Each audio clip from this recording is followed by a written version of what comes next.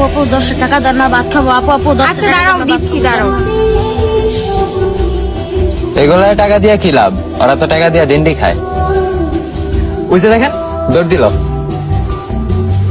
আমি ওরে টাকা দিছি ভাত খাওয়ার জন্য, এখন ওই টাকা দেওয়া কি করবে ওইটা আমার দেখার বিষয় না। এই সুফিয়া, চল তো।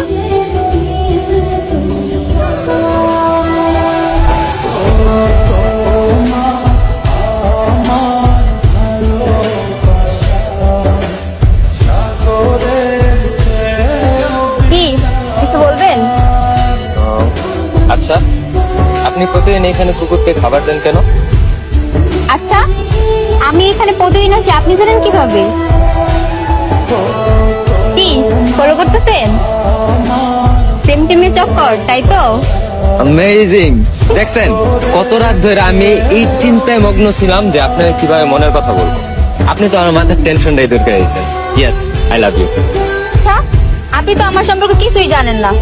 এখন আপনি তো আমার চেহারাই ভালো করে দেখেন নাই, দেখছেন শুধু চোখ। আমার নাক বোচা, দাঁত উঁচা, নিকাপ উঠাইলে ভালোবাসা সব জানলা দিয়ে পলাইবো। আচ্ছা, হ্যাঁ বলে দিলে কি করবেন? কোথাও ঘুরতে নিয়ে যাবেন, বলবেন বোরকা সরাতে।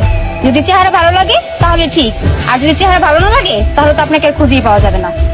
আরে না না, আমি তো এরকম ছেলেই না। তাহলে আমি আপনাকে একটা ভালো আইডিয়া দিই। আমাকে বিয়ে করেন। বিয়ে? হ্যাঁ, বিয়ে, তারপর ভালোবাসা নিয়েন।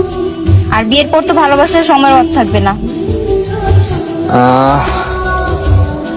কথায় যুক্তি আছে, বাট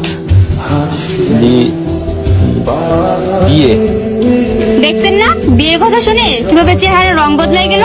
আমি জানতাম এগুলা ভালো লাগা, ভালোবাসা না। কি রে, কারে খুঁজিস? না কাউকে। Excuse me. আরে জয়, আপনি? আমি তো ভাবছি বিয়ের কথা শুনে আপনি পালিয়ে গেছেন। আচ্ছা শোনেন, এসব প্রেম টেমের চক্কর বাদ দেন। আজকে থেকে আমরা ভালো ফ্রেন্ড হয়ে থাকি। সোফিয়া, আমরা বিয়ে করব। আর এই দেখো, তোমার জন্য শাড়িও আনছি। আর এমনিতে বিয়ের কেনাকাটা আর অ্যারেঞ্জ করতে 2 দিন সময় তো লাগে। এখন শাড়ি তুমি বোরকার উপরে পরো বা বোরকার নিচে পরো, এটা তোমার ইচ্ছে।